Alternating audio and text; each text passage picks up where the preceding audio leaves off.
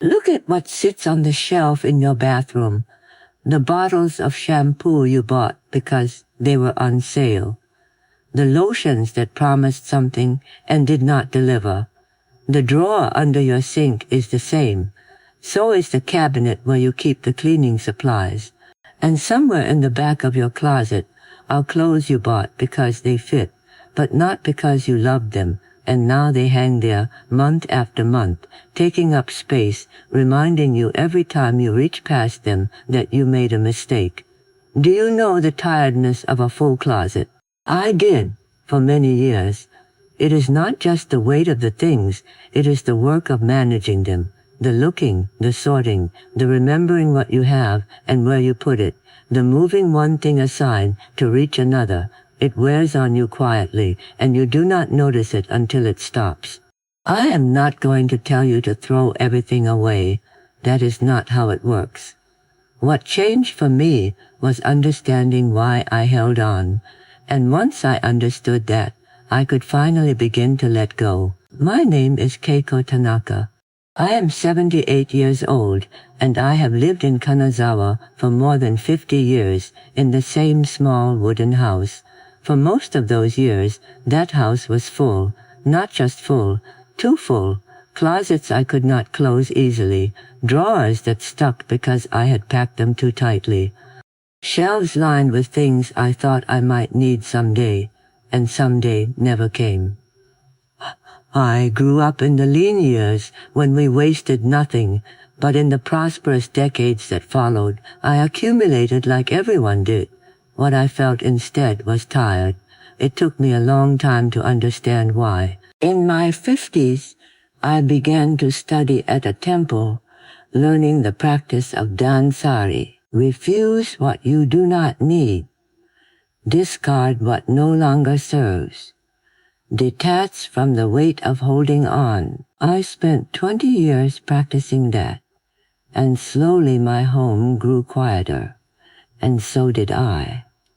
What I learned is this: what you stop bringing into your home changes what you can finally release. The two are not separate, they are the same practice. The title of this video promises 9 things I stopped buying to save money and reduce clutter. That sounds like a simple list, and in one sense it is. But what those 9 decisions really mean is something deeper. They are not just about individual purchases. They are about understanding why we bring things in at all, and what happens when we stop. Each thing I stopped buying taught me something different about letting go, about enough, about the difference between what I thought I needed and what actually serves my life. So when I say 9 things, I am also saying 9 lessons, 9 ways of seeing that changed how I live in my home and how I spend my money. The list is real, the savings are real, but the meaning is in how they work together, not separately. Paper towels cost about $80 to $100 a year. More than the money, they take up space. Under your sink, in the cabinet, on the shelf where you keep the extras because you worry about running out. You manage them constantly. You notice when you are running low. You add them to the list. You carry them home. You find a place to store them. And then you use them, and the cycle begins again. I stopped buying them 7 years ago. I keep a stack of cotton cloths in a drawer next to the sink instead. Plain, simple, washable cloths. They do the same work, and when they are dirty, I wash them with the towels. That is all. You do not need many. I keep about 12. You can buy them at any store that sells kitchen linens, or you can cut up old towels that are too worn to use, but still have some life left in the fabric. Fold them small enough to fit in one drawer. When one is used, it goes in the laundry basket. When the basket is full, you wash the load. There is no running out. There is no repurchasing. There is no cabinet space slowly filling with packages. The cost disappears, not just the $80 or $100 each year, but the mental work of managing a supply that must be constantly replenished. What you stop buying, you stop managing, but the books are harder because we hold on to them differently. Books are heavy, not just the weight of the pages, but the space they require. One book fits on the shelf easily. 10 books need a row. 100 books need a bookcase, and then another, and if you keep bringing them in, eventually you need a whole wall.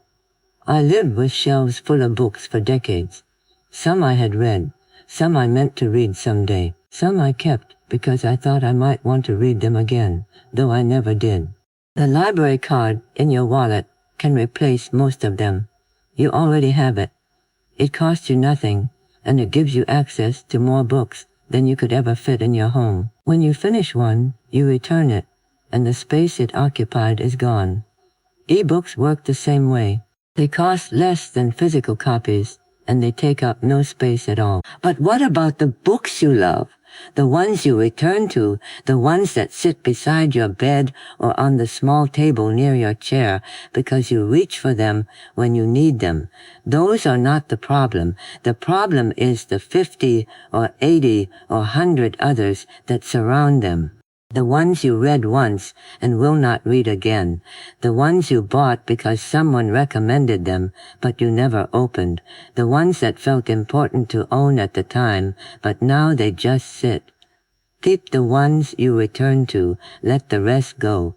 You are not losing them. The library still has them. If you need one again, you know where to find it.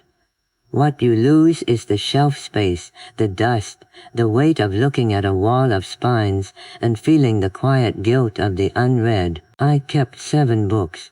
That is all. 7 books I have read more than once and know I will read again. They fit on one small shelf, and I do not have to move one aside to reach another. The rest I donated to the library I now borrow from. It felt right. They went to a place where others could find them. This is not about denying yourself. It is about choosing clearly. A book you do not read is not serving you. It is only taking up space. Open the cabinet under your sink and count the bottles, the glass cleaner, the wood polish, the bathroom spray, the kitchen spray, the floor cleaner, the tile cleaner, the stainless steel wipe. How many are there? And how much space do they take? I stopped buying all of them except one. I keep a single spray bottle now, filled with a mixture of vinegar and water. That is all. It cleans glass, counters, sinks, tile, most hard surfaces in the house. The wood gets oil when it needs it, which is not often, and the floors get plain water and a mop. The mixture is simple. 1 pot white vinegar to 1 pot water.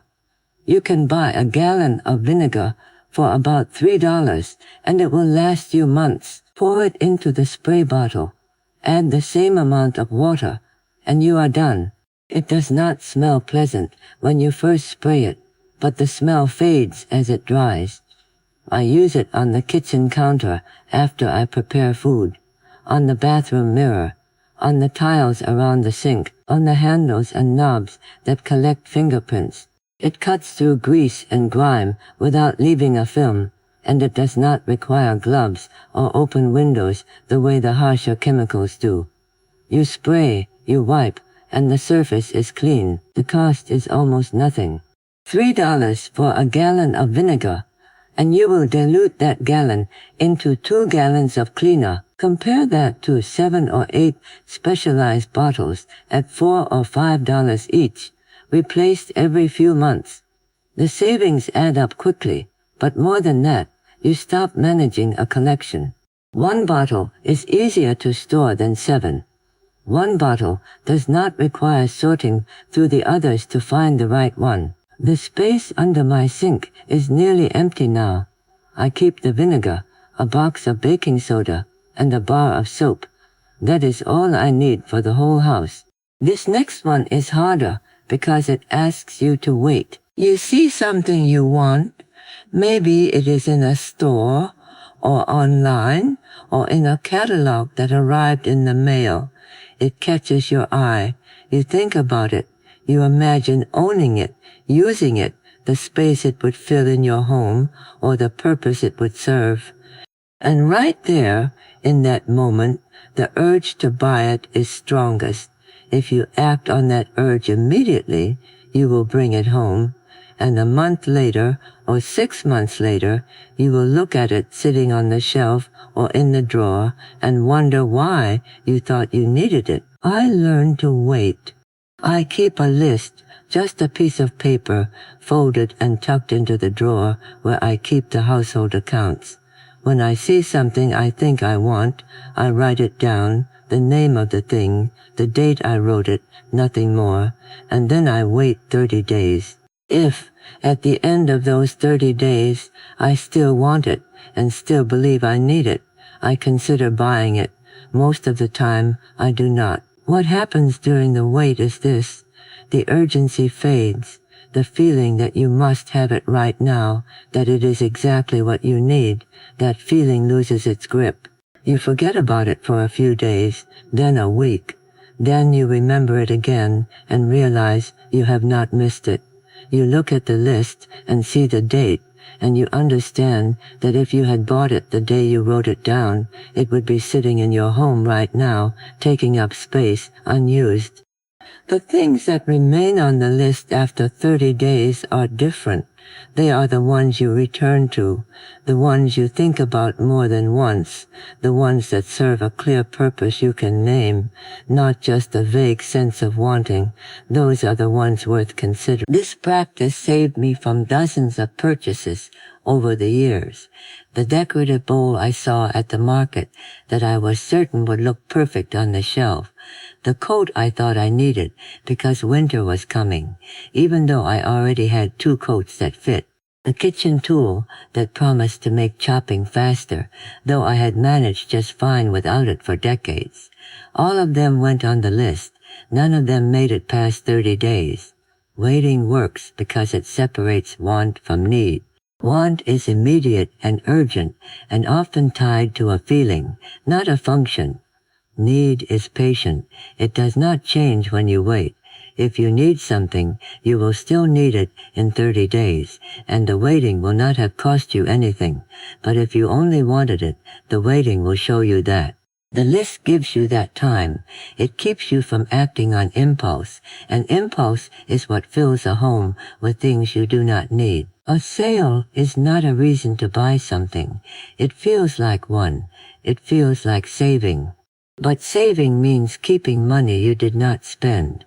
And if you spend money on something you do not need, even at half price, you have not saved anything. You have only spent less than you might have. Stores know this. They know that the feeling of getting a good deal is strong enough to make you buy things you would not have considered at full price. 50% off. Buy 2, get 1 free. Limited time only. The words are designed to create urgency, to make you feel like you are missing something if you do not act now. The real cost is not the discounted price. The real cost is the money you spent on something you would not have bought otherwise. If you spend $20 on a discounted item you do not need, that is $20 you no longer have. If you had not bought it, you would still have the $20, and that is actual saving. I learned this slowly. I used to think sales were opportunities. I would see a sign in the window and go inside, just to look. I would find something marked down and convince myself it was a good deal, even when I had no use for it. I brought home bags of things I thought I was saving money on, and they sat in my closet or my cabinets, unused, taking up space, reminding me that I had spent money I did not need to spend. The practice I follow now is simple. Before I look at the price, I ask myself if I need the thing, not want, need. Do I have a clear purpose for it? Will it replace something that is worn out or broken? Have I been managing without it, or is its absence causing a problem I need to solve? If the answer to all of those questions is no, then it does not matter what the price is. I do not buy it. If the answer is yes, then I look at the price, and if the price is good, I consider it. But the price is never the first question. The need is always the first question. That order matters. Sales are designed to make you feel like you are saving money. but you are only saving money if you are going to buy the thing anyway, at full price, and you happen to find it on sale. Everything else is spending disguised as saving. But there is something else taking up space in your home that you are paying for every single month, and you may not even be using it. The cable box sits on the shelf below your television. The bill arrives every month. $217 on average for most households. That is more than $2,600 each year. And how much of what that box delivers do you actually watch? I stopped paying for cable 6 years ago, not because I wanted to deprive myself of anything, but because I looked at what I was actually watching and realized it was a small fraction of what I was paying for. 3 channels, maybe 4, out of hundreds. A few programs I look forward to each week. The rest was noise. You do not lose what you value when you cut the cable. You only lose what you were not watching anyway. And once the bill stops coming, you realize how much attention that box was taking, not just money, the habit of turning it on. The hours spent scrolling through channels, looking for something that was never quite worth the time. What you actually watch, you can find another way. A few streaming services cost a fraction of the cable bill. The library lends movies and shows for free. Some programs are available online the day after they air. I kept one streaming service. It costs about $8 a month. I watch what I want to watch when I want to watch it, and I do not pay for anything else.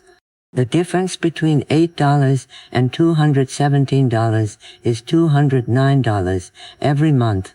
That is $2,508 every year. But the money is only part of it. When the cable box was there, the television was always an option. I could turn it on without thinking, and I did.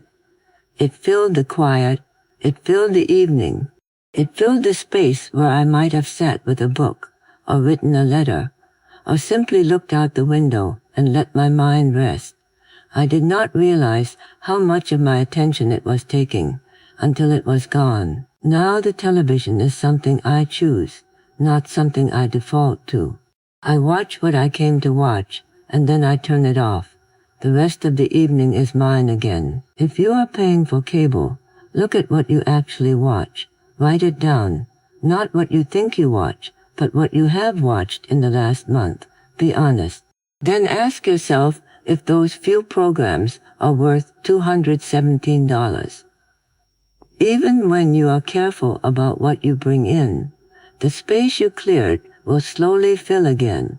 Not because you are careless, but because life continues. A sweater wears out, and you replace it. A pen loses its coating, and you buy a new one. A book calls to you, and you bring it home. Each purchase is reasonable. Each one serves a purpose, but over time they add up. I follow a simple rule now. For every new thing that comes into my home, one old thing must leave. Not eventually. Not when I get around to it. The same day, or the same week at most.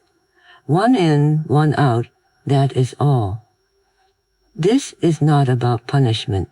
It is about balance. If you bring in a new sweater, you choose one of the old sweaters to let go. Not the newest one. The one you reach for least. The one that fits, but not quite right. The one that hangs in the back of the closet, untouched for months, while you reach past it for the other. It is a small decision, and it takes only a moment, but it keeps the volume constant. Your closet does not grow. Your shelves do not multiply. The drawer that closed easily still closes easily, and that constancy is what prevents the slow creep of reaccumulation. The choosing is the practice. Every time you bring something in, you must look at what is already there and ask yourself which one you need least. That question makes you honest. You cannot keep everything, so you must decide. And in deciding, you learn what you actually use, what you actually value, and what you have been holding on to out of habit or guilt or the belief that you might need it someday. I bought a new pan 2 years ago. The old one had lost its surface, and food stuck no matter how carefully I cooked. The new pan works better. It is lighter, easier to clean, and I use it every day. The old pan could have stayed. It still functioned, barely. I could have told myself I might need a second pan someday, for a large meal or when I had guests. But I do not cook large meals anymore, and I rarely have guests. And the truth is, I would have reached for the new pan every time and left the old one sitting in the cabinet, taking up space. So I let it go. I gave it to a neighbor who needed one. The cabinet has one pan now, and there is room around it for the lids and the cutting board and the wooden spoon. Nothing is crowded, nothing is hard to reach. This rule works for everything. Clothes, books, kitchen tools, even furniture. A new chair means an old chair must go. A new lamp means the old lamp finds a new home. It sounds strict, and in a way it is, but it is also freeing. You do not have to worry about your home filling up again, because you built in the limit. You do not have to schedule a decluttering day every few months, because you have been maintaining the balance all along, one decision at a time. The hardest part is letting go of the thing that still works, the thing that still has life in it, even though you do not use it. We were taught not to waste, and that teaching runs deep. But keeping something you do not use is its own kind of waste. It wastes space. It wastes your energy every time you have to move it aside to reach what you actually need.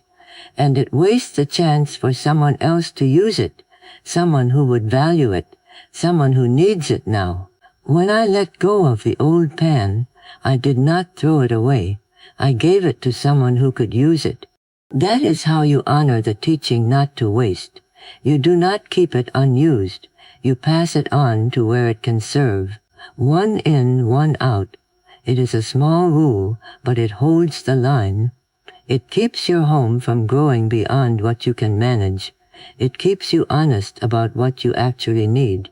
And it prevents the quiet accumulation that happens when you are not paying attention. You have already bought it once, but you forgot. And so you bought it again. Not the same thing exactly, but close enough that when you came home and opened the drawer or the closet, you saw it sitting there and realized what you had done. Another black sweater when you already had two. Another jar of the same spice in the cabinet.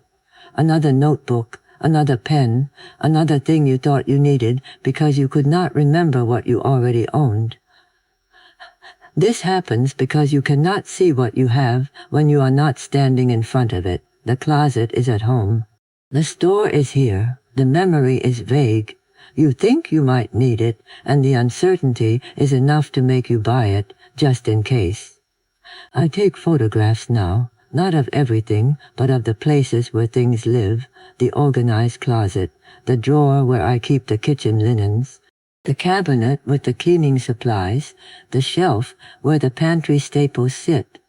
I take the photograph when the space is clean and arranged, when I can see everything clearly. I do not need many. 6 or 7 pictures cover the whole house. I keep them on my phone, which I carry with me. Before I buy something, I check the photograph. Do I already have this? Do I need another one?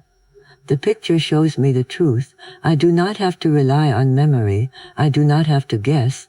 I can see what is there, and I can decide from knowledge instead of uncertainty. This has stopped me from buying duplicates more times than I can count. The jar of cinnamon I thought I was running low on. The dish towel I believed I needed because the ones at home seemed worn, though the photograph showed me they were fine. The black cardigan I saw on sale and almost bought because I could not remember if I had one that looked like it until I checked the picture and saw that I had two. The photograph does more than prevent duplicates. It shows me what I have, and seeing it clearly helps me realize it is enough. When you cannot see what you own, you feel lack. You think you need more because you have forgotten what is already there. But when you look at the picture and see the shelf lined with jars, the drawer neatly folded, the closet with space still left around the hanging clothes, you feel something else. Not lack, sufficiency. You have what you need. I take a new photograph every few months, or whenever I reorganize a space. The old picture gets deleted. The new one replaces it. It takes less than a minute, and it saves me from mistakes that would cost money and space, and the quiet frustration of realizing I bought something I did not need. You do not need a special camera. The phone you already carry works perfectly. You do not need to photograph everything, only the spaces where you might forget what you have. The closet where the clothes live, the drawer where you keep the tools or the linens or the small household items, the pantry shelf, the bathroom cabinet, just enough to remind you. When you are in the store and you see something you think you need, take out your phone. Look at the picture. Ask yourself if you already have it or something close enough. Most of the time you do, and knowing that is enough to stop you from buying it again. Clutter costs money in ways you do not see at first. A home that is too full requires a bigger home, and a bigger home costs more to rent or to own. Storage facilities charge $60 to $200 every month for space you do not have inside your walls, space to keep things you do not use but cannot bring yourself to release. Add those costs over a year, and you are paying thousands of dollars to house possessions that serve no purpose in your daily life. But the expense is not only financial. There is the time you spend managing what you own, the sorting through piles to find what you need, the moving one thing aside to reach another, the cleaning around objects that do not move, that sit on shelves or in corners gathering dust, the mental work of remembering where you put something, or deciding where to put something new when there is no clear space left. That work is invisible, but it accumulates and it wears on you. And there is the weight of visual noise. A room that is too full feels heavy. Your eyes cannot rest because there is always something in the way, something demanding attention, something out of place. That feeling follows you. It is there when you wake up and see the pile on the chair. It is there when you open the drawer and nothing fits easily. It is there when you walk through a room and have to step around things because there is no clear path. What you stopped buying made space for what you could finally release. The paper towels, the books, the cleaning bottles, the impulse purchases, the sale items, the cable box, the duplicates. Each one you stopped bringing in cleared a little more room, and that room gave you permission to let go of what was already there. You could not see it before because the space was full and you could not imagine it any other way. But once you stopped filling it, you could finally begin emptying it. This is not deprivation. It is the opposite. It is making room for what actually matters, for ease, for quiet, for the simple peace of opening a closet and seeing only what you use, reaching into a drawer and finding what you need without having to move 3 other things aside first. That is what you gain, not less. Space. I want to know what you are ready to stop buying. Write it in the comments. Just one thing. You do not have to choose all 9 at once. Choose one and begin there. Next week I am going to show you how to organize what remains after you have stopped bringing in what you do not need. It is the natural next step after today. Start with one thing, one category. One decision, not everything at once. You do not clear a home in a day. You clear it one choice at a time, and each choice makes the next one easier. The people who built this country with their hands knew things we are only just starting to remember. Enough is its own kind of wealth. You do not need more to feel secure. You need less to feel free.